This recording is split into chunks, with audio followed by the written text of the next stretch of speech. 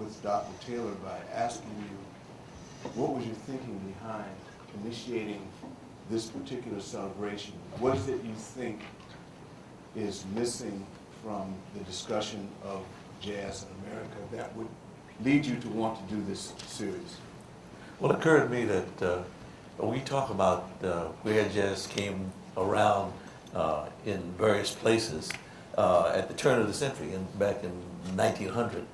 And so when you begin the conversation with that, usually you're talking about New Orleans, you're talking about things that were happening in that part of the country. But in this part of the country, there's something else was going on that was leading up to the next 20 years or so. And so I'd like to always start that. That was my idea of at least getting James Reese Europe into the picture. James Reese Europe was, Frank and I studied at Dunbar High School, and his sister was a teacher. She was a wonderful pianist and a music teacher. And she was someone that we looked up to because she was a very fine musician. And she and Henry Grant were the people who were very much responsible for what we were doing or began to do at that time in music. So it really, when I got to thinking about that, and I got to thinking about how they did things, I said, well, Washington was much more involved in it than anything I've ever read in the histories on jazz and so forth. So I thought we'd go back and take a look at it and see if we can see what is there to be celebrating. And I found that there was quite a lot. People like James Reese Europe were doing, incidentally, for those who you may not know that, James Reese Europe gave the first jazz concert in Carnegie Hall in 1912. And in 1929, it was celebrated, got a lot of publicity because Paul Whiteman did that, and had George Gershwin and many other things. It was wonderful. But before that happened, James Reese Europe had brought people from Harlem and done very much what we think of as a jazz concert in that context. So I think those of us who are from Washington might want to celebrate that, the fact that he had done some things that led up to the whole jazz the jazz idea, when this is the jazz generation in the 1920s and so forth, after the First World War. And there was so much to be celebrated, so let's go back and look at see what they were doing. And people like Will Marion Cook and many other people who lived here in Washington, D.C. were very much a part of this historical idea, and which was in some ways culminated in that 1912 concert. And so there's so many things that, and when I got to thinking about it, and listening to some of the music and remembering some of the things that I had heard from various sources here in D.C., it made me feel that, hey, this is something that we could, as a group, could and should celebrate. So what's your take on that? You came here a little bit later in life than Dr. Taylor did. I came here from Southwest Oklahoma in 1935, and actually I had stopped playing for a year at that time. And when I went to Dunbar High School, well, that's when I met Dr. Taylor. And at noon, all the fellas used to jam in the orchestra room, So when I heard that, I said, oh, I better get my horn out, and get started again. So I had my horn overhauled, and I jumped into it, But at that time, Billy was already playing, In fact, he was working, at the time. He and Billy Taylor, and Justin Sumby, and Johnny Green. There's a lot of cats, that were playing then. I mean, really playing, The gentleman you just mentioned, were they part of the noontime jam, or? Yeah, they all were in school at Dunbar. But and then there were a few from Armstrong that played in the orchestra, Talk about Dunbar High School for a bit, and what kind of an institution that was, and Oh, what well, it was represented? an A-accredited high school, you know. A lot of well-known people were graduated from there, you know. Was it Judge Hasty was the, Yeah. what was he, the governor of the Virgin Virgin Islands, Islands. someplace there, you know, and, well, you know, a lot of people. How did it fit with Dunbar? I mean, they had different curriculums, different orientations. Well, Dunbar was. How did that fit musically? Well, Dunbar was one of the best places to go to school. I mean, if you went to Dunbar, you were going to college. I mean, Yes, that was- yeah, you know, accredited you high know, school. as opposed to, there were three other high schools, two other high schools at that particular time. Kenosha High School, which really was like for business, if you wanted to go into business, if you thought you were going in that direction. If you're going into the art, was on, or do things with your hands and so forth, it was Armstrong, and Duke Ellington went there. How did the music programs, was one instrumental and one choral, or did both schools offer both things, or how did that? how Well, did they that had fit the together? choral at Armstrong. What was his name? Mr. Amos, was that it? Yeah, and Mr. Grant had the orchestra instrumental at Dunbar. So, you know, that's the way it was. And the instrumentalists who were going to school in Armstrong came to Dunbar for orchestra, you know. Talk about Henry Grant. Oh, well, he was one of the most modern people I've ever met, you know. Well, he knew it all, and he could explain it to you classically and how it related to the jazz that you wanted to do, you know. And he was always inspired to everyone, you know. And he could tell you all about it, whatever you want to know, you know. You studied with him? Yeah, Billy and I both studied with him. In fact, Billy lived across the street from him. And we used to, you know, I go there for a lesson maybe 4 o'clock in the evening. It might be 10 o'clock at night before I leave. You know, because he'd be telling me everything, you know. They're all about his father, who used to write for the Marine Band under the name of Fleetwood. His father wrote, you know. Because at that time, you know, everything was segregated, so, you know, maybe he couldn't, You know. just use his own name, you know. Dunbar had 5 people on the faculty with doctorate degrees because they couldn't get into the other kinds of schools that where they should have been teaching, and so it was a wonderful place for students because they beat us up pretty well. I mean, you will learn, and I mean, and they made it, you know, something that we wanted to do. I mean, they really everybody that went there and graduated, you know, came out and able to do, if you were a musician or you were a sociologist or whatever you wanted to do, and at least you were pointing in that direction that would help you. What was your Yeah, what was his name? Holloman, he was in charge of the MTA in New York for a while, wasn't he? Hollow. Holloman, no, was it The doctor? Yeah, the hospital. Yeah. He came Lawrence out of Dunbar. Oliver was one of our was in school with him at the same time. What was your personal experience studying with Henry Grant? He was one of the 3 most important teachers that I've ever had. I mean, the first one was a local teacher here named Elmira Streets, and she taught me, you know, how to read music and the basics and so forth. And she told my father, who was a dentist, about his 2 sons. He said, well, you know, the young one, that's my brother Rudy, he said, he shows a lot of promise, you know, he's practices, everything's cool, you know. But the old one, you know, you get him into dentist, get something else, because I don't think he's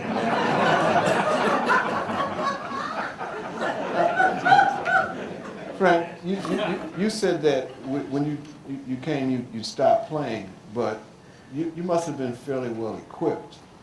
Oh yeah, well I was playing, by the time I was 12 years old, I was playing the classical saxophone things. I was playing alto saxophone, Rudy Weedoff, you know, or saxophobia, saxarella, voss, Rica, you know, and all those things, Voss, Maryland, and all that.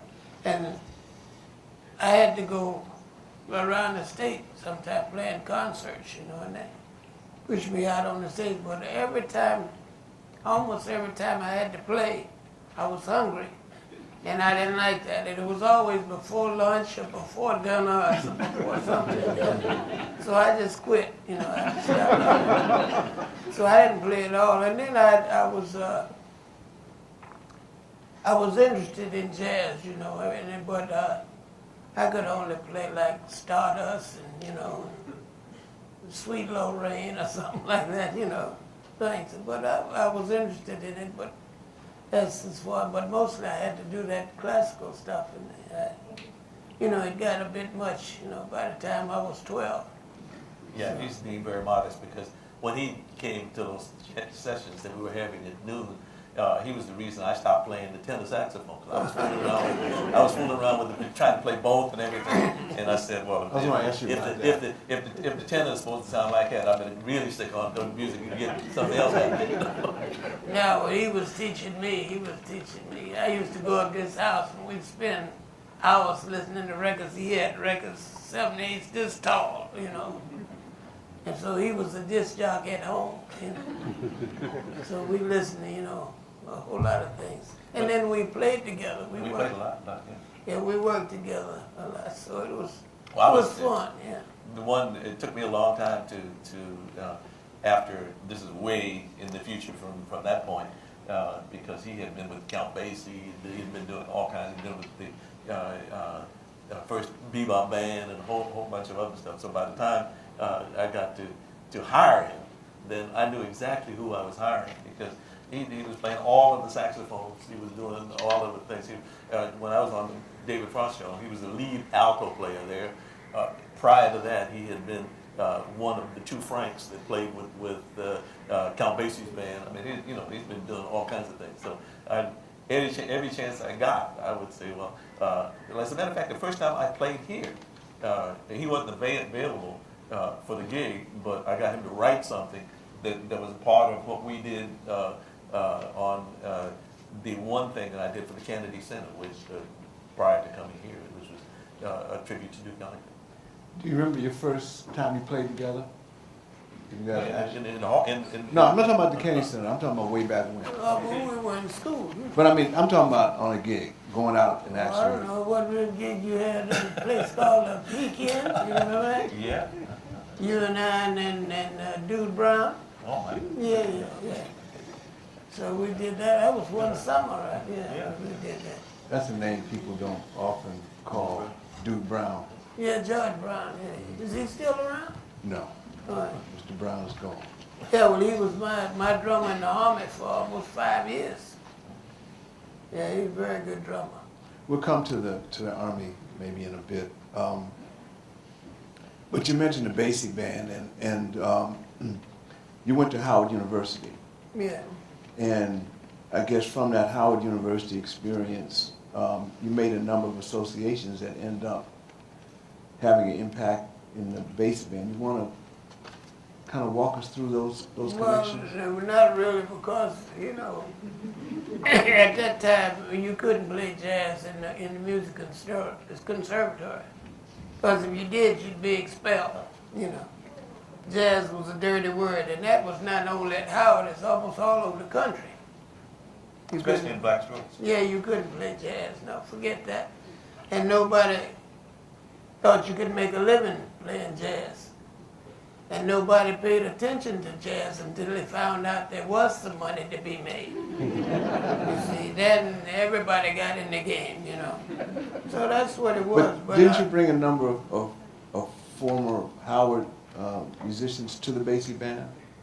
Well, Bill Hughes, but he was much later than me, you know. Mm-hmm. When I was there, let's see who was there. Little cat, what was his name? Robert Anton Smith, violinist. Very good. He taught at school in Baltimore. What was the college over there? Yeah, he taught at Morgan State. And let's see, it was Buddy Webb was trumpet player, and Lightfoot guitar player, Murphy bass player from Detroit. Well, they played jazz, but they weren't in the conservatory. But I played with them. And then what was his Mercy name? back. Vibe Davis. Yeah. He gave me my first job. Yeah. Where was that? Halloween. We played some private party for somebody, He gave me my first job. I was playing alto then. But back in those days, jazz was dance music. It was party music. And so the two things kind of went together. It was really, that's one of the things I've been really trying to get people, younger people here at the Kennedy Center to be aware of the fact that jazz really, the tradition is based on dancing. And much of what we, our predecessors did was based on dance music. And so when people like James Reese Europe began to do things like that, they had banjos, they had all kinds of things that were rhythm, and had especially things that were danceable, Charleston, and the kinds of things that people at that point were socially dancing to. We talk a lot about U Street, but there was a lot of jazz in Washington besides what was going on U Street. A couple places that I know that you talk about, Frank, you talk about a place down in Southwest that was But down Bruce Walls. Bruce Walls. I used to play down there with Adolph Taylor, piano player, and Charlie Buck, drummer. And neither one of them read the music. They didn't know anything about reading music, and they didn't worry about it. And I wasn't making any money, but I couldn't wait to get to work because Adolph, he'd say, let's play so-and-so, and he'd, okay. And he'd turn around, and wherever his hands hit the piano, that's what key he would play. And it might be different every night, So it was like school for me. I really enjoyed that. I couldn't wait to get to work, because you never know what he's going to do, And then the cats used to come, can I sit in? Yeah, come on, sit in. And Adolph being one of those strange keys, and they say, oh, wait a minute, what happened? They'd be looking for it, So I didn't have much trouble with people sitting in, But it was a fun gig. I mean, well, to me, it was a learning experience. At that time, I was going to Modern School of Music, and that's when I was studying flute, But it was, one of those little places where you could play and nobody bothered you, The Southwest of those days is a lot different than the Southwest of these days. Give us a feel for what Southwest was. This is altogether different. Yeah. Well, how different? Well, they all the people sold their houses down there that lived, so it's just, you got the high rises and things, But all that, when I was down there, most of that section was black, all black, So that's what it was, Do you have any experiences in Southwest? Sure. I had I guess a member of my family who was had a drugstore down in Southwest. And my best memories were going down and getting behind the soda fountain and trying to get something that I wasn't supposed to be drinking or eating or something. But again, like sodas and stuff like that. And don't touch that, boy. Just looking.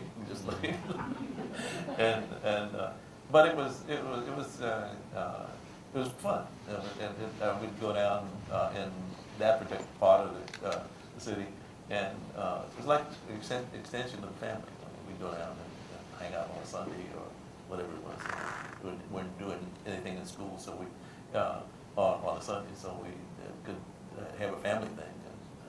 It was very everywhere that we could go was walkable. I mean,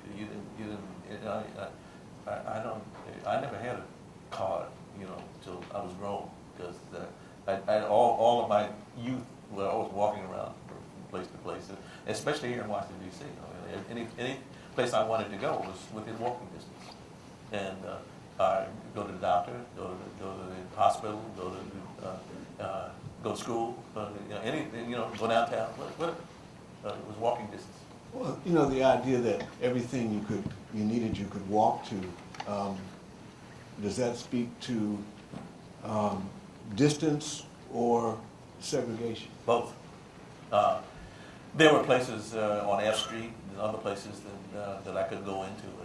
The one in particular that was most places I could go, Hex, place like that, and buy something. But a couple places we couldn't. I mean, this was a strange. Washington was a strange place in those days for a black person, because there were certain places you could go and certain places you couldn't go, and you better be kind of wary so that you don't go to the wrong place. What's your take on segregated on those days and the experience of segregation? At that time, segregation actually, I think, was a double-edged sword. It hurt us as much as it helped us. Because before the desegregation,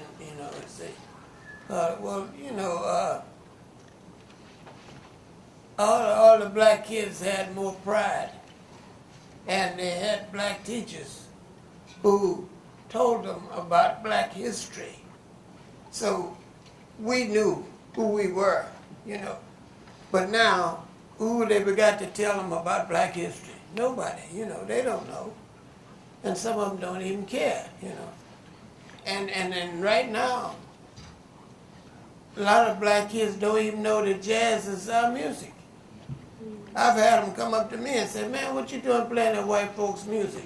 Now, actually, they tell what they just don't know, because that's what they hear with the radio, and so that's what it is. So it actually helped and it hurt, On the other side of that, you had people who were here in town, like Ahmed Erdogan and his brother Neshri, and they would have jazz concerts.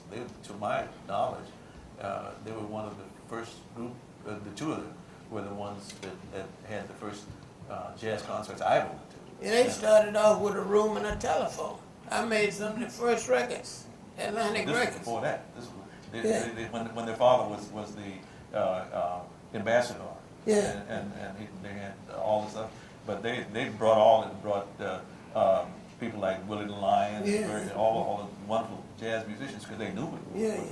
One of the things that we had a couple of record stores right in the black community, and one was right up the street from my father's office, and so I would go in, and the Waxy Magazine was the guy that had the store, and he would let me fool around. I'm playing Art Tatum things and basketball and all the things that I want to play, and I must have messed up some of his records for him, because I'm just you hit it again, and you had to move the arm to make the play again, but he would come in. He and Nestle would come in to our part of town in this chauffeur-driven car, and these Indian-looking people, or at least I knew it was somewhere else. I mean, they looked like me anyway, by my complexion, but a little different. Anyway, they would come in and they say hi to Max and go straight to the back of the store. Well, in the back of the store was a whole bunch of Jelly Roll Morton and old-fashioned records. They'd go right to that, and they'd buy some of these records. But the way they would buy I knew these guys had a lot of money, because they had shows with a different car and everything. And so they come back and say to Max, how much you want for this record? And he said, oh, I don't know, 25 cents. He said, I'll give you 17. And they start, and I'm trying to figure, give the man, he said 25 cents. Anyway, that was my first exposure to that way of doing business. I mean, and they would walk out with less than $1 worth of records, and I'm thinking, Now, I would have had to pay about $1.50 or $2, and this guy walked out, and he was 17 cents or 16 cents or whatever. He talked the guy into giving him a better price. Yeah, I didn't. It took me a long time to figure that out. I mean, I didn't see how that could have worked for me. Yeah, I want to ask you about a place in Northeast. We talked about it a bit earlier, Dyke's Stockade. Just to take us off your street a bit, tell us about Dyke's. Dyke's Stockade was a place that had a lot of, it was a nightclub, and it was away from U Street, as you point out. And it was... in Northeast Washington? Yeah, and very nice. It was, I played, my best memories of playing there were with a guy named Peter Rabbert, who played the vibraphone and played the accordion and sang. It was all instrumental. And another guy, Buddy Mauser, was a comedian that played at some of the local clubs. He played at in the Caverns, and he played a couple of other clubs, and he played at Dykes. So I got to play for them, to play piano for people who wanted to sing and so forth. And so that was interesting. And, they had dancing, and they had, but this there was really a show. It was kind of a show, like it came along a little later, when not so much dancing, but more of a show.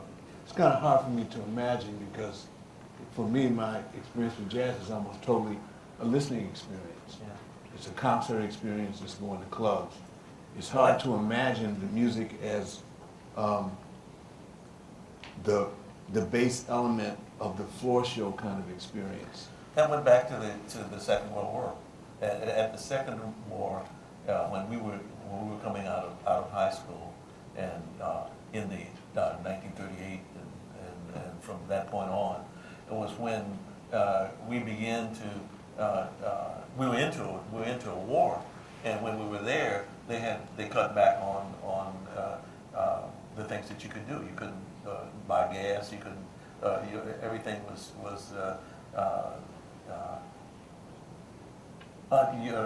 you could not do many of the things because it was illegal to do specific things because we were at war, and we had to maintain certain aspects in terms of the money we were supposed to be spending and what to do about it. And we actually couldn't get gas. We couldn't get it wasn't available because of the times. And that and many other things that you were not allowed to do during the Second War really was when people stopped dancing. They couldn't go to the different places. Couldn't get to them, and they that's when they began to change so that you listen rather than danced and participated in the music in that way. So you don't think it was something inherent in modern jazz or bebop that ended dancing with music? No, because when I was in New York, I was at Minton's, and everybody at Minton's was dancing. I mean, when bebop was at its highest point in that particular area, people were dancing. All over Harlem, not just in Minton's, but people were dancing. They said, "Well, you dance to that." I mean, they had steps. As a matter of fact, the steps that the many black people had kept going until Miles Davis. But that kind of blue was about the last one that I remember that where people were really had special social dances that went with that. How much do you think that the social aspect of the music experience, or the absence of that aspect, I guess I'm asking the same question a different way, but the social aspect, how important is that to its popularity in the black community specifically? That is, when you take the music out of the social experience, out of dancing, out of meeting people, out of having a familiar world to go into and do a number of things, including being entertained. How did that change your relationship between the community and the music? We were this was before television and many of the things that we enjoy now. And so socially, it was more important to dance. And when you were dancing, you held a girl when you danced. She wasn't across the room somewhere, you know. You know, and so I remember in high school we had, we were supposed to be dancing, and it was one of the a principal, assistant principal, someone who made sure they weren't too close for this young lady. There was space there, and when you hold it like that, but socially, it was we had all kinds of dancing. I mean, I remember seeing the Lunsford band here at the Howard Theater, and they introduced the song for dancers only, and that was a really hip thing to dance on because there were all kinds. People made up all kinds of dances to go with that particular song, and because it was like the Charleston in another era. But they had the different for dancers only kind of things that they did, and it made the music more enjoyable. You were participating, you were enjoying someone else's company, you had a group of people, and it was much more of a social thing than it was when you're in a club like this one is now, where everyone's seated and looking up at someone. And last night when I was listening to Frank's group, the thing that I was looking around at the audience because people were sitting there saying, yeah, I mean, they were really responsive. I don't see that, as much as I would like to see. What's your take on that? Well, the thing actually is the music that's most popular in any era is the music that people dance to. It's just like salsa now. You go to a jazz place, you don't see too many people. You go where they can dance salsa, you can't get in. Or the tango, they have tango dances 11 o'clock in the day. That's right. And that's the music that's popular, the music that people dance to. And that's what had to do with the drop in popularity of jazz, because people stopped dancing to it. As a musician and playing in a lot of dance situations, which you did, all through your time in Washington, and of course with the Basie band, and this is to both of you. Do you get ideas from dancers? Of course. Sure. Were you inspired? How did it influence your playing? I wrote some things that were for dancing. I mean, so that I wrote a piece. The first turntable hit I ever had was a thing called Q Blue. It had a kind of Latin a feeling to it because I had worked with Pacino's band, but it was a combination of a two-beat jazz piece and a Latin piece, and that was hence Q Blue was what I had in mind, and people danced to it, and they made up some other kind of thing that went with that. Yeah, well, dance is always, In fact, with Basie, we'd go out for a month at a time playing nothing but dances all over the country. And you couldn't get in, If the dances were hot, did the band get hotter? Oh, sure. It's probably people wanted to dance to that band. It was a dance, just like Lunsford's band. It was a dance band. I saw the Basie band playing at it was for wrestling matches. Oh, yeah, Turner's Arena, and it was an interesting concert because this is a long time ago. The band was playing, and their intermission was Nat King Cole and the Nat King Cole trio, and the trio had to play behind the whole band that Basie playing. And Basie was wailing. I mean, he was really just a very exciting band to play. And Nat came on and played behind them and straight ahead. I mean, everybody said nobody moved. They kept on getting closer and doing their little dance to what could hear. But you couldn't hear it that well. So that was one of the cases where they said, well, we won't do as much dancing as we'll do listening, because he was playing some cute little things and this is before he became a romantic singer. But we had one of those things in Turner's Arena, made me think about it. in Turner's Arena, the bands played on the platform that they had for the fights, you know. And it was over about 6 foot high, you know. And one night we were playing this dance, and right behind the bandstand were the bleachers, you know, went up, you know. So we were playing the dance, and we didn't hear these two cats back here be arguing, you know. All man's up and blah, blah, blah, blah, and they get louder and louder and louder. Next thing we know, they're fighting. They came all through the trumpet section. The trombone section. And Charlie Folks jumped off the thing and broke up his bass clarinet. I think Frank Foster lost a mouthpiece or something. And by this time, music is all on the floor. And these cats are on the floor fighting.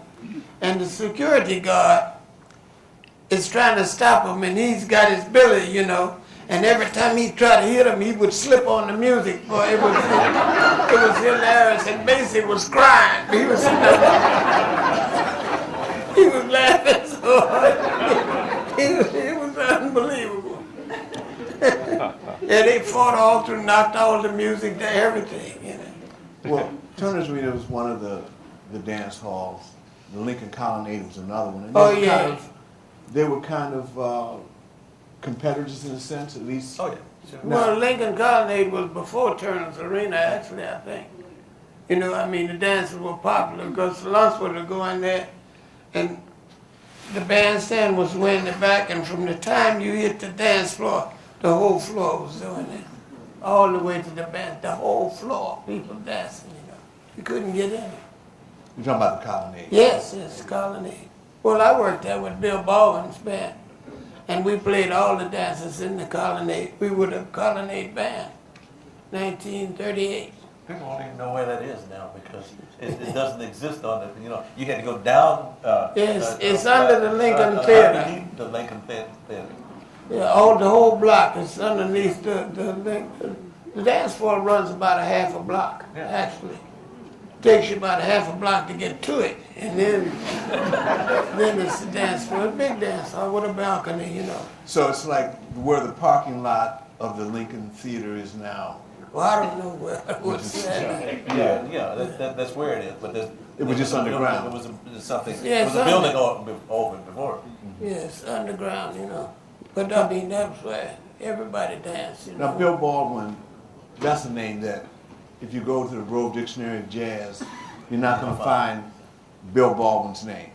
Yeah, well, So he played all. He had the most popular dance band in this area when we were growing up. Yeah, we played all the dances, and one thing that they had that was very nice, every Monday we played a matinee for the school kids. We would start, say, about 3:30 or 4 and go to 7, you know. And when kids come out of school, they'd come and dance, you know. What it costs, a quarter or something like that, you know. And so it was good for the kids to have some place to go, you know, rather than just be on the street, you know, and they have fun, and then they go home early, you know. Yeah, one of the things that I've been trying to talk folks here at Kennedy Center is doing something similar to that because it seems to me if kids are dancing, that's a much more healthy thing than some of the other things that I'm aware of. Yeah, it was good. And they had also at Murray's Casino, which is on U Street across the alley from the police station, you know that. They used to have the Monday matinee dances too, you know. So there were two places that, you know, the kids could go and dance after school, you know. Can you recall some of the personnel of the Bill Baldwin? Oh yeah, I know. When I was in the band, it was, let's see, the Reed section was Henry Johnson. He played tenor. Maceo Cunningham, he played second alto. Lorenzo Knight played lead alto, and I played tenor. And Henry's brother Clarence was one of the trumpet players, and first trumpet player named Ellis, and Edwin McCurry. He's here in Washington right now, Edwin. He lives on Florida Avenue. Edwin, he must be about 90 years old, but he's here. Edwin McCurry, yeah, he played in the band, and Trummy lived on nice, you know. Try.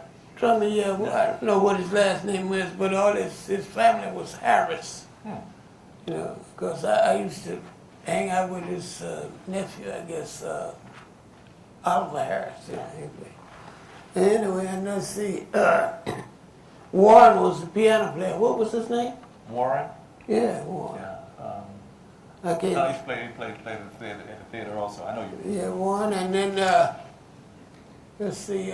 Mason was the drummer for a while, and then we had Joe Jefferson. Joe Jefferson had. Well, I think Baldwin hired him because he had all the drums. He had the console, the tom-tom, the gong. He had everything. And he had a lot of energy too, so. Well, he used to play for the jam sessions out at Harris Bluebird.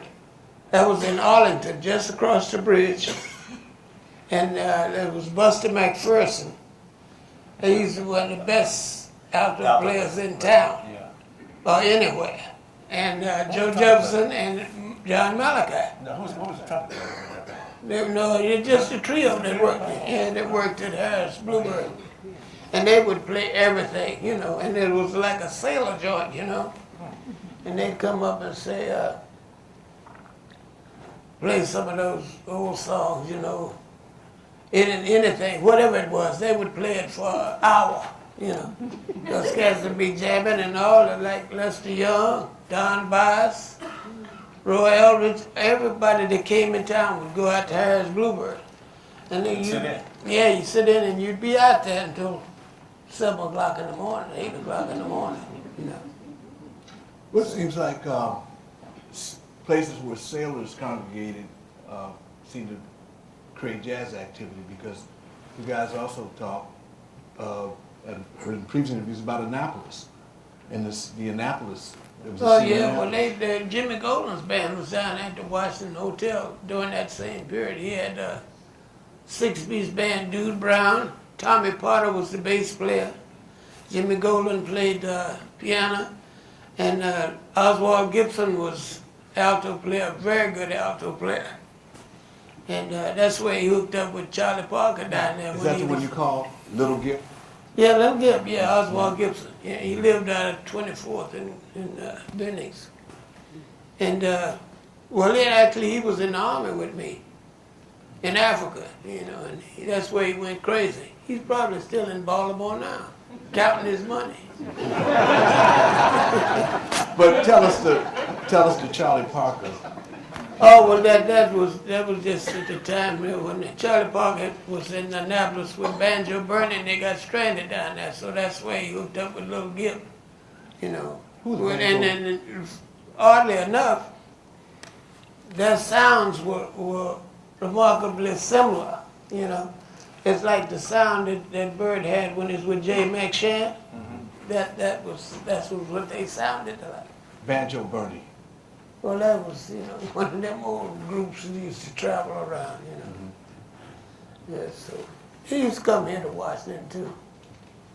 Leo Williams. Yeah, he was a alto player, yeah. Now, I understand that he's somebody that Bird would come looking for too, with the two of them. Yeah, well, he could play, yeah. Well, he had a lot of cats around to play, but Buster McPherson was yeah, he was the boss man, yeah. Yeah, Buster was mean. The whole idea of jamming back in those days was really a kind of exchange of ideas that it doesn't seem to be a part of what's going on anymore. It goes back to Prohibition, when they used to have different kinds of possibilities. And so most of what Frank and I heard came from people who had taken part in this, and they would come in and play these long solos. I mean, you know, to play just one chorus or two choruses, that was nothing. You come back to 2 or 3 choruses, and then you're playing something different each time you play, and that became like a wrestling match where you say, well, I can blow him down. You know, It was a cutting contest, actually, you know.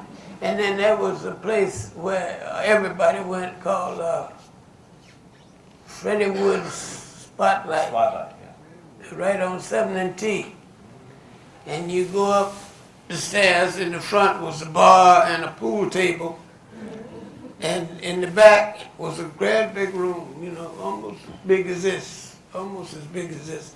And all the windows were painted black. So if you go in there, like at night, you go in there, say 10 o'clock at night, you might come out 8, 9 o'clock in the morning, because it's still, all the windows are black, you don't know what time it is. And cats are playing Lester Young, Don Bass, Art Tatum, everybody, Teddy Wilson, everybody came in there. But the clock was turned around in those days because most of the people that worked at night stayed up late. So you wouldn't go to bed until noon or something like that. Then you would, so it didn't mean too much that you were staying up till 4 or 5 o'clock in the morning. Yeah. And everybody that came in the Howard Theater would come, it was just, you know, down the block. Who was the piano player that ruled the roost? Oh, that was Toby Walker. So people walk. Yeah, well, he was the house piano player, and he used to be up front by the bar shooting pool all the time. And he very seldom, he went in the back and let somebody just come up and say, hey, Toby, better go back there and listen to that piano player, you know. And he'd go back and he'd listen, and then he'd sit down, and that was the end of it. Because when he got through playing, you know, and he was a little humpback cat with long fingernails. I don't see how he could play. But he was mean. He didn't respect anyone but Art Tatum. That's the only one he respected. He was really bad.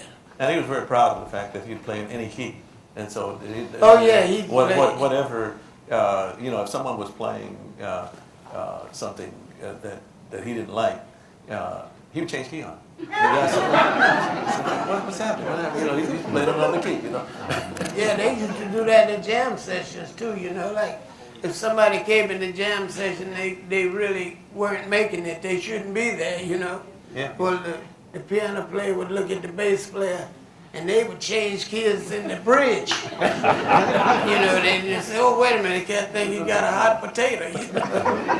But then they would do all of that, man, it was dirty. The first time I ever saw that happen, though, was I can't remember the pianist's name now, but he's an older guy, and he played with Bill Baldwin sometime. It may have been Warren. I don't know what. Anyway, the person that he was playing for was a singer, and he was giving me some instruction. He was saying, you know, certain things you can't tolerate. So I said, what do you mean? John said, Thomas, you remember John Thomas? Same thing, the same thing I'm talking about. He said, to take, he said, you have to, don't look around at me. If I'm playing for you, don't turn around and look at me like I made a mistake. He said, I don't make mistakes. He said, so I'm going to play the right thing. You sing the right thing. Don't look at me. So I'm sitting there waiting, and sure enough, the lady who's singing turned around and looked at him and looked at him. And he didn't say a word. He changed the key and just playing. And she's scrambling, everything she sang was wrong because it's the wrong key. You know, and she had to stop. She had to stop singing and get off the stage. Yeah, you didn't come in unprepared around here because they wouldn't let you play. They would run you out. You know, Republic Gardens, any place you went. If you couldn't play, get out of here. You know, go home. You know. You know, another band I'm going to ask you about is Tommy Miles' band. Oh yeah, he had a good band. He had the top band. And then there was a white band up at north, Joe Timer. He had a good band. Marky Wess and the Swope Brothers played with him. They were later with Woody Herman's band, but they were in that band. But Tommy Miles was the first band that Billy Eckstine sang with. And he really, that's one of the real, for me, one of the tragedies that happened in jazz. Billy Eckstine really was a very musical singer. I mean, he wanted to play. He was one of the few singers that learned to play an instrument so that he could be a part of the band, you know, and just he didn't want to just be stand up and singing. So, but he what he did was to take the kinds of things, the popular ballads and the swinging things, and added a really musical kind of more in an instrumental sense than many people back in those days. The only thing that got in his way was the fact that he was a good-looking guy, and he was working with he made his name with Earl Hines' band. He was so good that right after Frank Sinatra had all of the girls at the Paramount Theater, a few weeks after that, he did the same thing. He too got a chance to be in Life magazine for all of these girls. He broke the records. But it broke it really ruined his career because he was black and too many people wouldn't hire him. No, but what happened actually, he came out one day, and a little white girl just ran up to him and just put her head on his shoulder. You don't know who it is, you know, a little teenager, you know, put it. Blam, they took a picture, it was on the cover of Life magazine. That was it. You know, after that, I said, where's Billy Eckstein? Oh, he's in Australia. Well, no, I think he's in Europe. You know, you couldn't get a job. But That's right.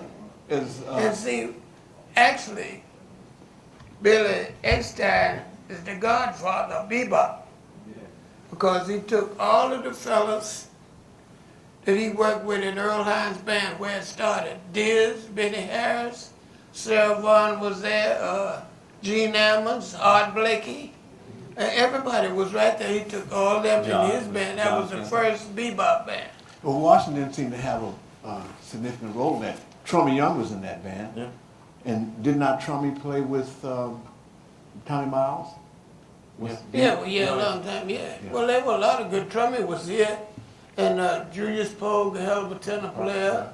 Paul Jones, a good tenor. Barry Ellis, he's from Baltimore. He played with Tommy Miles' band. String of tenor players. Oh, they already had a lot of good Billy players.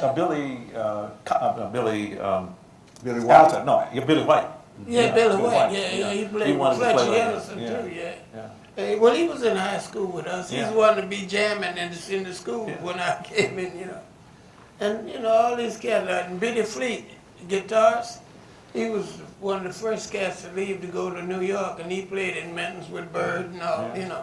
Yeah, Bird loved it. Yeah, He played a lot Billy with it. Fleet. Nobody ever knew about it. When I told Leonard Feller about Billy Fleet, he'd never heard of him, you know, and then he wrote him up in the book. He didn't know nothing about It's so it. funny. I wrote a piece called Biddy's Beat, which was really for Biddy, Yeah. and a disc jockey in Baltimore, I think, liked it and used it as his theme song, and because his name was Biddy, so he thought I wrote it for him. Yeah, well, they had a lot of good guitar players. Billy Fleet, Chester Brown, Sammy Woods, you know. There was a lot of good guitar players right here.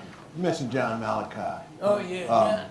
Talk a bit about your relationship, both of you, with John Malachi. John was the guy who I looked up to in those days. He was a little older than I was. He was a couple of years older than I was. And already he was doing things, you know, writing arrangements and doing things, you know, and I just admired the way he was approaching. He was a fine musician, but he in those days you could buy a full orchestration, you know, for $1, and it had all the parts. You know, I mean, if you say a Duke Ellington orchestration or something, it's got all the parts. The Johnny Hodges, whoever's played that got the notes that he played. You know, and so because this was a part of the things that you heard on the radio, and here it is written down for you. You know, and so. You know, many of us learned a lot. The solo that Lester Young did, or that somebody else did, or something like that, it's right there. You know, so you had something to guide. You know, nobody wants to play that. As a matter of fact, years later, when I was working at not a few years later, I was working with Coleman Hawkins, and he had this hit on Body and Soul, and people would come in to the Cafe Society where we were working and say, Mr. Hawkins, would you play Body and Soul? He said, sure. And he played Body and Soul. But you never heard that solo that was on the jukebox that everybody played. All of the musicians knew that solo. It was two choruses, and we all knew it by heart. But he didn't know it. He wouldn't play it. He said, I already did that. And so people would come and ask him, and he was going to play something different whenever they asked him to play Body and Soul, and he did. Well, you know, the funny thing with the Lunsford band, whatever solo was recorded, you had to play that solo every time. Yeah, right. Oh, yeah. Yeah, he made all the soloists play that solo that they recorded. So when the people came in, you heard that solo that was on the record, you know. And people knew it all, and they could sing. They sang it. Yeah. Sing with it. Yeah, they knew it. Were you in a rehearsal band, or I guess it was a kiddie band with John Malachi that used to rehearse? Yeah, he had the kids band. He had, you know. Yeah, I was in the band. At that time, I started playing tenor. Well, in fact, when I started with him, I was playing alto. And John, he listened to me. He said, man, he said, you know, it seems like what you hearing is tenor, you know, the way you playing, you know. So my mother just bought me a brand new Con Alto. So I told her I wanted a tenor. She said, well, if you get it, you're going to pay for it yourself. So I went down to Kids, and I talked the cat into trading, turned my alto in on a tenor. And no kidding, as soon as I got that tenor, I started working just like that. I paid for that tenor in no time. Because I could hear it better than the alto, you know, and I still can. But John was responsible for that. And we had this kids band with Bert Payne, Wash, and Lil Gibb, and I think Bill Elridge played bass, Roy Scudden, and Dude Brown, and John Malachi. And Miss Lyle, who had Jungle Inn, used to let us rehearse up there. So that's how I got to meet Jelly Roll Martin when he came in to record for the Library of Congress. He stayed with Miss Lyle up there, you know, in the back of the club, you know. So he'd come out and critique us and play with us sometime, you know. Tell us why they call it the Jungle Inn. Why you think they call it the Jungle Inn? Oh, well, I think they called it the Jungle Inn because she must have had about 20 cats in the joint. You'd be sitting up there drinking a beer and the cat run across the table, you know. It was a strange joint, but that's what it was, you know. What was your impression when, and I understand that John took you up there one day, Yeah. and you got a chance to encounter Jelly Roll. We kind of dealt with this last night, but tell us about that encounter. Well, like Frank said, you know, we'd be downstairs in the hamburger place. That's what we played our records, you know. We're playing records on the jukebox, you know. Yeah. And you hear it's come from upstairs. This guy's patting his foot, you know. And so one day John said, why don't we go to here, you know, just check him out, you know. Well, I'm listening to Teddy Wilson and Claude Hopkins and Earl Hines and all of these guys that I'm looking up to. And this is old-fashioned stuff. I don't want to hear that, you know. So John was older and smarter, so he said, "Come on, let's go." And so he and his brother-in-law and myself went up, three of us. Rob Harley. Rob Harley, yeah. And we are sitting there waiting for him to start playing, and evidently the person that owned the place that says three young guys came to hear you play, you know, and so he looked over and came over to where we were sitting, and he said, "You punks can't play this," and sat down and played, and we couldn't. I mean, you know, that hit me harder than I think the other guy, because I realized that this guy was playing, because John had heard him, and he really knew what he was taking, so it didn't surprise him. But I'm listening to him, and he sounded like the whole Dixieland band, you know. I mean, he's playing. I said, "Yeah, I hear the trombones, and I hear the trumpets. wait, what's going on here? You know? So I had to do some homework on Jelly Roll Morton. Well, years later, I had occasion to be very thankful that I did that because I got a chance to play Jelly Roll Morton on television. So I played the part of Jelly Roll Morton with Louis Armstrong as in the club, the closing of Storyville. It's a CBS program that they had called You Are There, and it was one of those. No wonder you were so critical when we were trying to get a pianist to be Jelly Roll Morton. We went through about 8 before right. you would be happy with the young man, that Aaron Deal, that performed. I was last very night. happy with him because what he did. He's a good student. Was a student at Juilliard, and he really plays Mozart. He does a lot of things. He's a very fine player. I didn't know all of this. All I heard was that here is someone who really listened to what Jelly Roll was playing and was able to do that and feel. And I could hear him. I could hear. I really. He's not just imitating Jelly Roll. It's basic. That's basically what he's doing.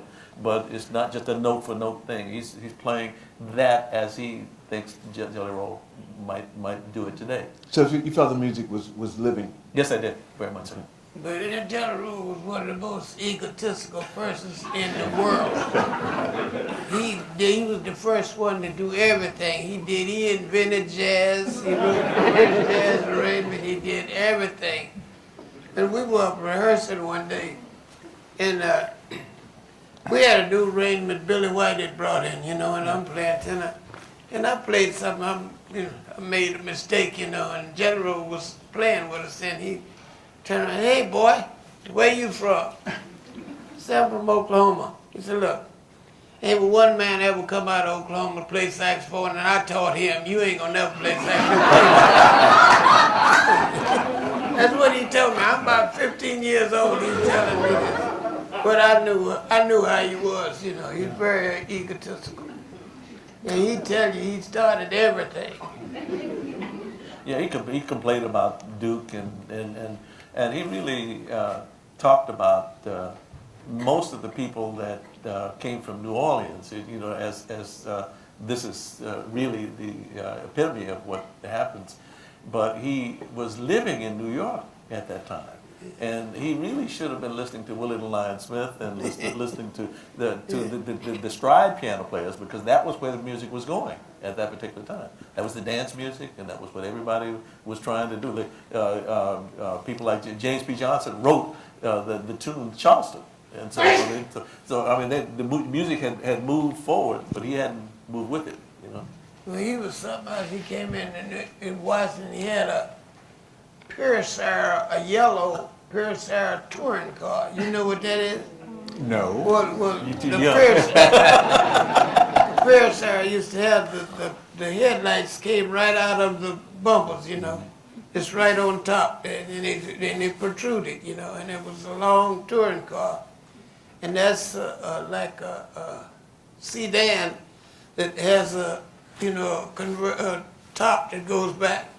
And when you put the top up, they had those little isinglass panels that you had to tape in, for the winter. That's what he had here. And he always stayed sharp, and he thought he could shoot pool, which he found out he couldn't when he got in the pool room. He had his own little cue, Yeah, he had everything. So, and he was always sharp, but they showed him how to shoot pool in the Taught him pool for a few room. dollars. Yeah.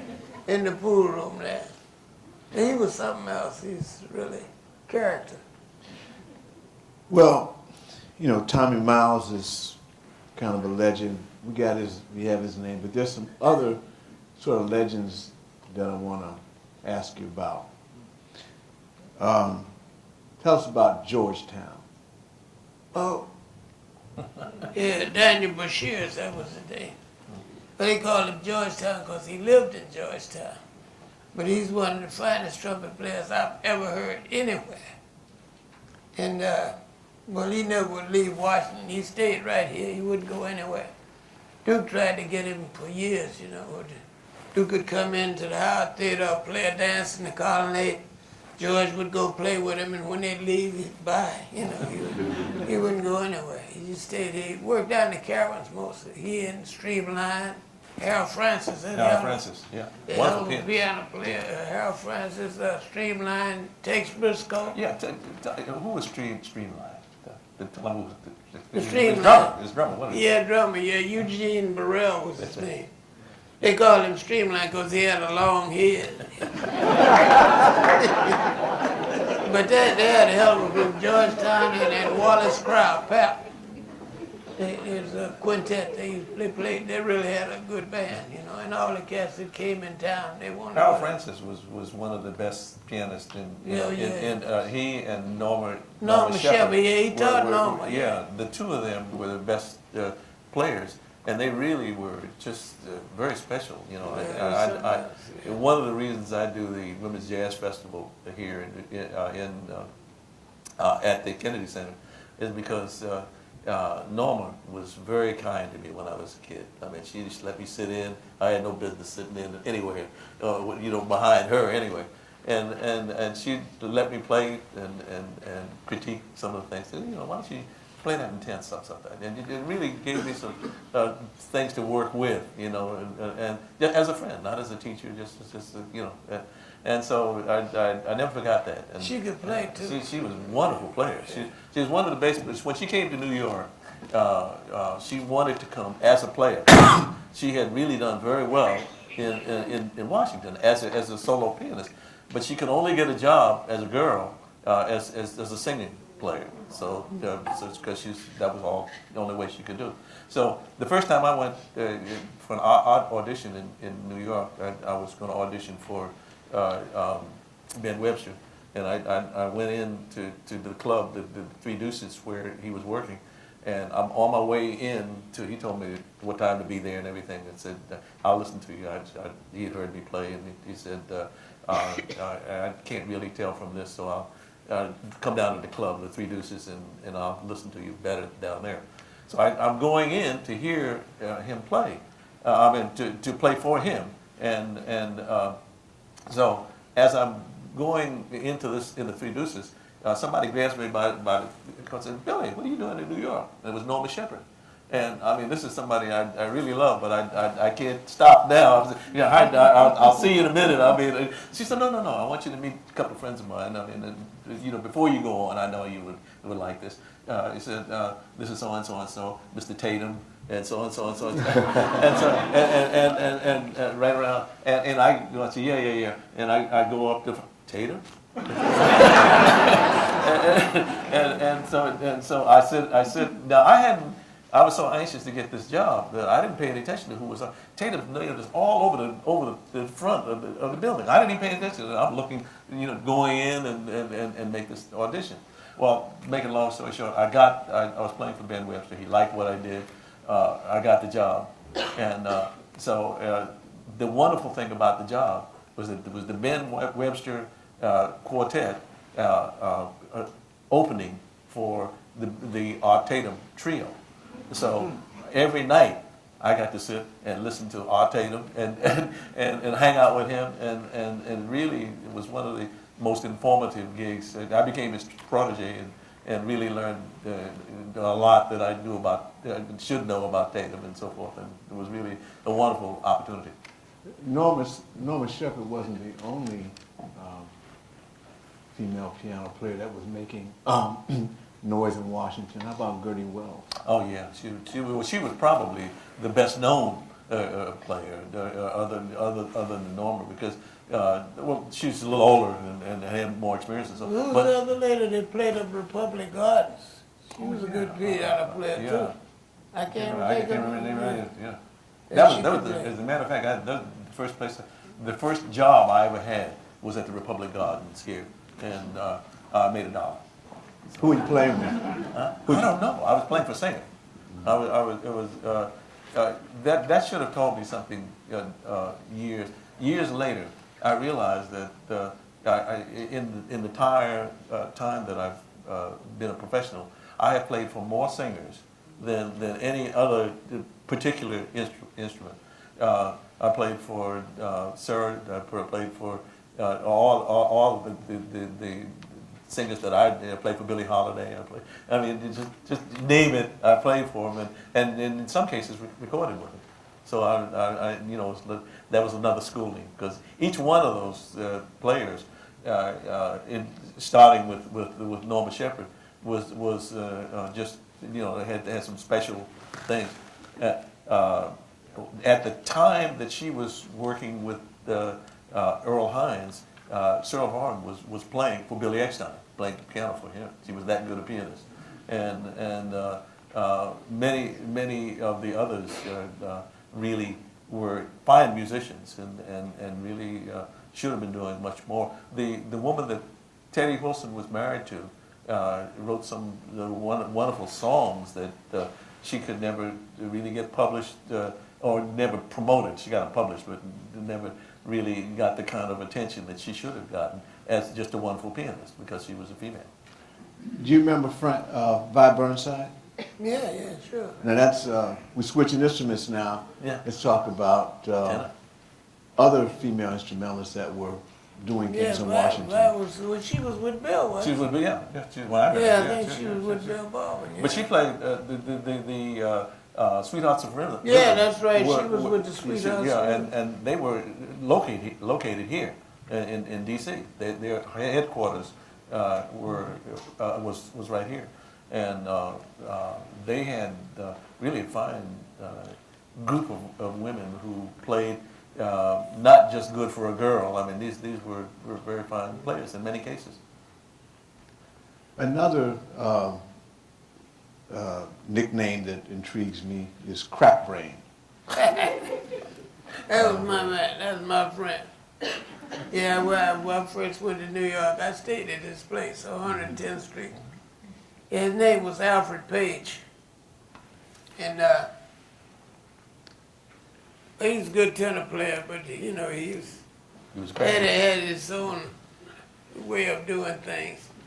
And the funny thing, his brother lived in New York, and his brother spoke Spanish, and Crack spoke English, and they couldn't even converse. He was something else, though. He's a beautiful cat, though. Yeah. He's a good friend of Trummy Young, Ben Webster. Everybody hung out with Crack Brain, Who were some of the other tenor players around Washington that Oh, Paul Jones and Julius Pogue. Let's see. I don't know who else. Barry Ellis. Barry Ellis, yeah, he was very fine. Yeah, they're very, very fine tenor players. I don't know. I can't think.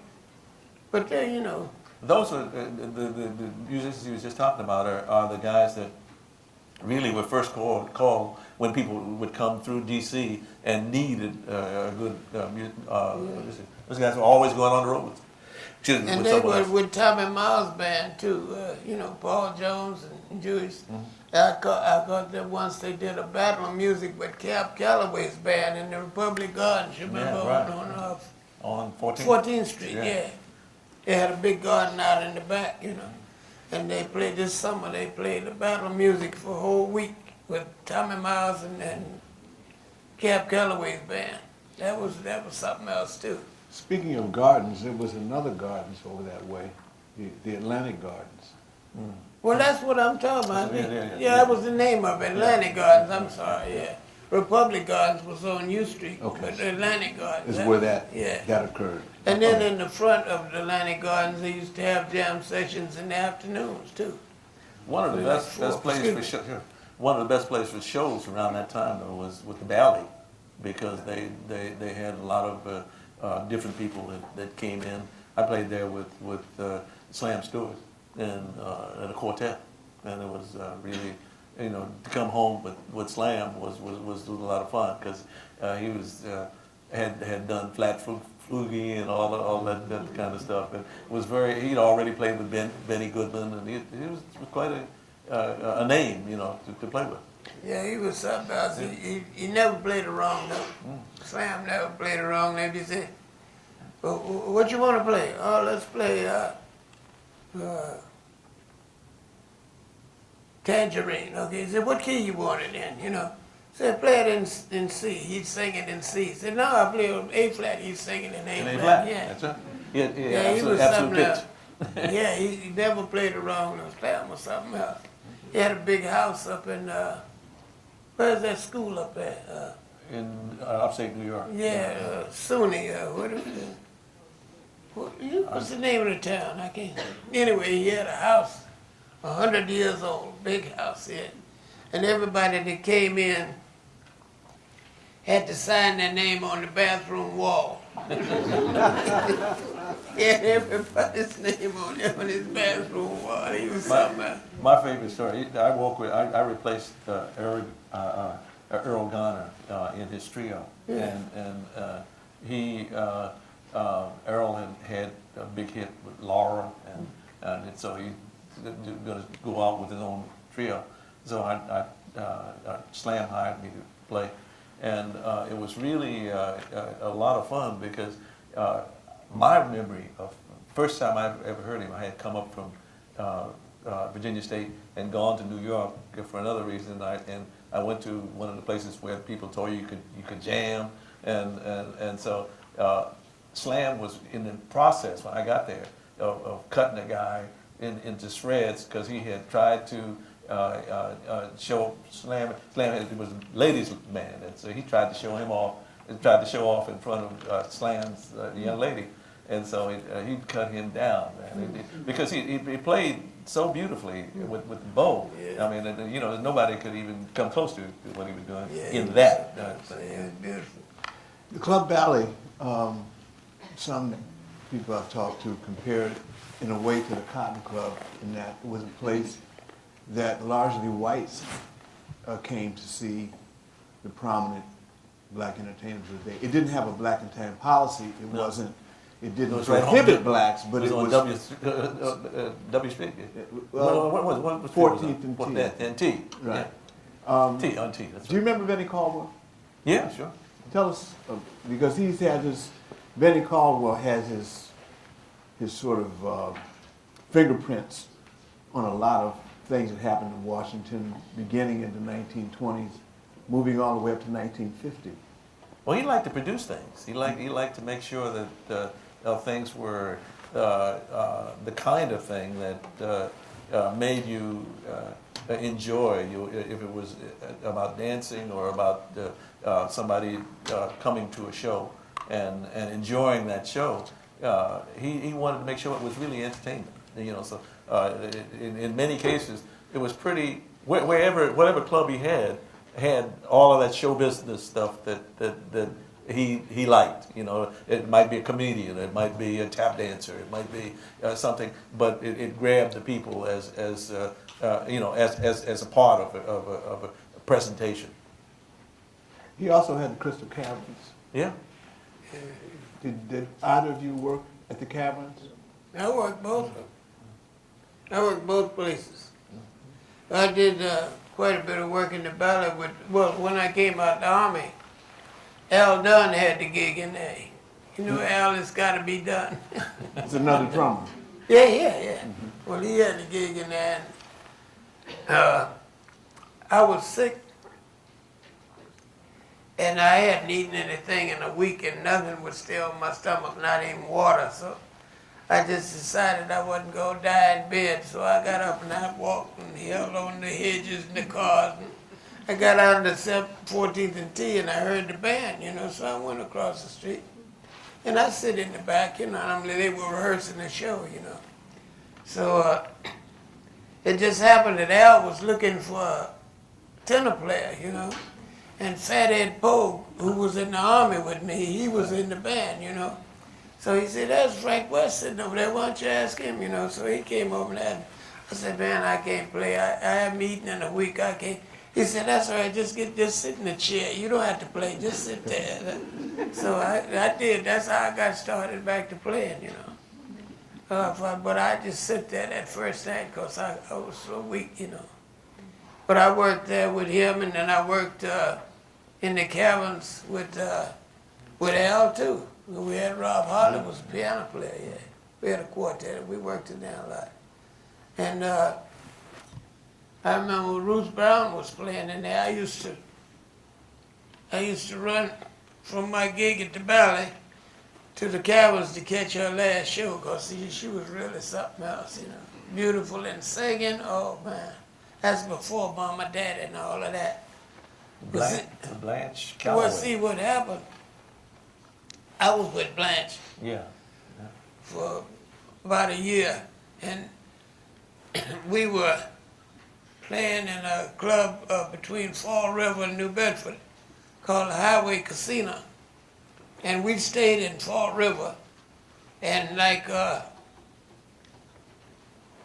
on the weekends, you know, no, during the week, you know, Benny Caldwell would come up to see Blanche, you know, 'cause they were tight, you know. So when Blanche didn't have a band, and Alonzo Collins, you remember the little humpback manager at the Crystal? He got sick, so Benny Caldwell got Blanche to manage the club. So that's when she heard Ruth Brown was in the club, and as soon as she heard her, she signed up, you know. And that's when they came to New York, and Ruth recorded that Mama, Daddy, and all that, and come back and had a car accident and broke her knees, and you know, all the story, you know. But anyway, that's how all that came about, you know. But Ruth was really singing something then. Yeah, I love to hear her sing, man. Before you close with it, I had an interesting story that had to do with Ruth Brown. I used to when she was being just sort of placed to all different places around with her own group. She had several pianists, and so I would go down to Atlantic Records and go through the music that they were getting for her, so that they could then make a demo or something and send it to whoever was going to play it. And so in many cases, I would just write something down, or I was reading for something that someone had already written down. And so this went on for several months. And what happened was that one day Ahmed said, "Well, we won't be using you anymore." So I said, "Well, what did I do wrong? What happened?" He said, "Well, we've got another pianist who was going to do all the things that you were doing." I said, "Well, who was this?" He said, "Well, you never heard of him. His name is Ray Charles." With that, we'd like to open up, chewed up all the time, but we got about 10 minutes left. Is there questions? We'll take questions from the floor.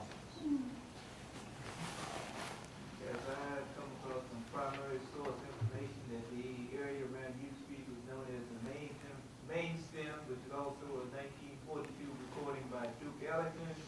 I was wondering if either you could provide the route to support that. To be honest with you, I can't say, I don't know. So I knew the song, but I had no idea where it came from. I knew it was by Duke Ellington, but I didn't know what you just said. But it makes sense. But I don't know whether that's true or not. Please stand up and please identify yourself. I'm sorry, sir, I didn't answer. Dr. Taylor, I wonder, and Frank Wess, perhaps you could tell us, we've had quite a desert here for the last few years in terms of the support for music education in the public schools. And I wonder if you could talk just a little bit about what you think we should be doing, all of us, to get back to where we were 50 years ago. Well, one of the things that we're trying to do here at the Kennedy Center is to expose people of all ages to various things in the music. That's what the thing that we do every day. We're on the web for 365 days. That's why we do that. So here's a whole panorama of different things that are happening here that we can't possibly cover that in the things that we present. So we try to cover as much as we can along those lines. But there is so much that is not, everything is so commercial that it's very difficult for different things to happen. So what we have a Washington Jazz Festival, and some things that are being tried, and that we're going to work with them to try to do some other things. And if we could come together with the various places of entertainment, there's so many of them in this area, and each one could be doing something different. I mean, we could really cover a lot more instead of trying to do what the other guy's doing. We could cover a lot more territory and give a broader experience to listening and experience to the kind of there's kinds, plural kinds of music that are pleasing to many people. All the way in the back. Gentlemen, you've given us some wonderfully vivid descriptions of band jam sessions in Washington. Did you witness any piano cutting contests? Oh, sure. As a matter of fact, we were talking about Toby Walker and Harold Francis and Norman Shepherd and a few other people. There were people at least on 7th and T. It was always something going on in one of the places where people could hear other players, and there were so many with a different show every week. You had different people coming in, and so the possibility of having a session that was a cutting session was much more possible than it was in many other places. Yeah, I know once down at what is 12th and S, you said with Joneses upstairs, and when Art Taylor was playing at the Blue Mirror, he would come up with what the Coleman he used to stay. He was a fella used to stay with all that. He'd come up and he'd sit back and listen to the pianos playing. You know, one night had this hot piano player. Oh, he's up there showing off. You know.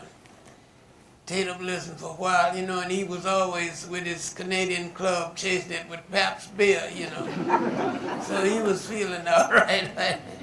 So this guy's playing everything. Pretty soon Tatum went up, pushed him off the piano. He get up and she pushed it for technique, you know, and he sit down and it was, forget it. I stand right at the end of the piano and you could hear every note just like peas falling in a pan, and his fingers looked like a blur. I'm telling you, it was unbelievable, man. Taylor was something else. Sir? The question, I guess, for Dr. Taylor. This is a wonderful idea to do what you've done here, and particularly combined with performances like we did last night from Frank Wess and others.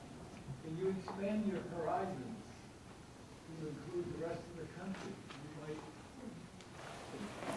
or a pantheon of jazz heroes in Ohio, or Indiana, or Wisconsin. You know, just to take Ohio, you've got Art Tatum and Stuff Smith and Kent Crosby and Wild Bill Davis. And you can repeat that all across the northern tier states. Is that possible? It's possible, but how to do that and the most effective way. Many people are trying to do jazz festivals, many more now than have been doing in the past. All around the world, people are having jazz festivals, and many of them are much larger than what we are capable of producing here because we don't seem to think along those lines.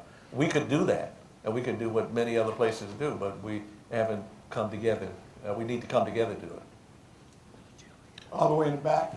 After Dr. King's assassination and the riots and fires in Washington, and U Street changed fundamentally, and the taverns closed, the Ludia's closed, I think the Showboat closed down in Oregon, the Howard closed by 1970. I know it's 40 years ago, but I was wondering if you remember what your feelings were about jazz scene in Washington around 1969, 1970, when all that turmoil took place and all the great clubs closed down.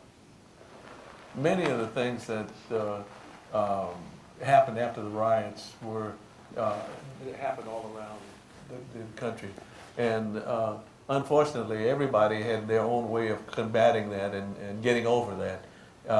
We have taken a long time longer than some to do that here in Washington, D.C. We've been trying, and many people, it's not just what we're doing here, there are many people who have been trying.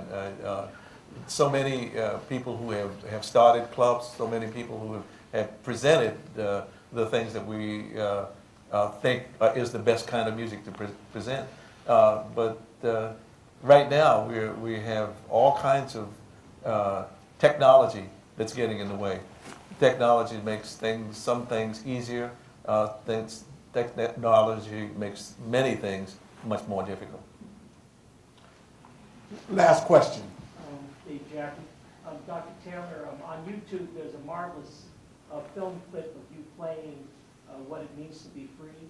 It's kind of unusual because it looks like it's in somebody's home, maybe a three-piece group. Are you familiar with that film clip? Yeah, sure. Can you say something about that? It's a really wonderful piece. If anybody wants to enjoy that, Thank you. it's really worth listening to. Well, that was a part of I did a history of jazz for schools, and that was a part of the history that I did. That particular thing was with that particular trio, and it's it's the way I wanted the piece to sound for people who might want to sing or play. Well, where was that? It actually was in a place that we used in New York, and it's in a house. It was like a castle, and it's got huge rooms and so forth. And we did some things where we changed the bookcase and some other things, and makes it even look homier. But it's actually a home that's owned by a group of people. Thank you.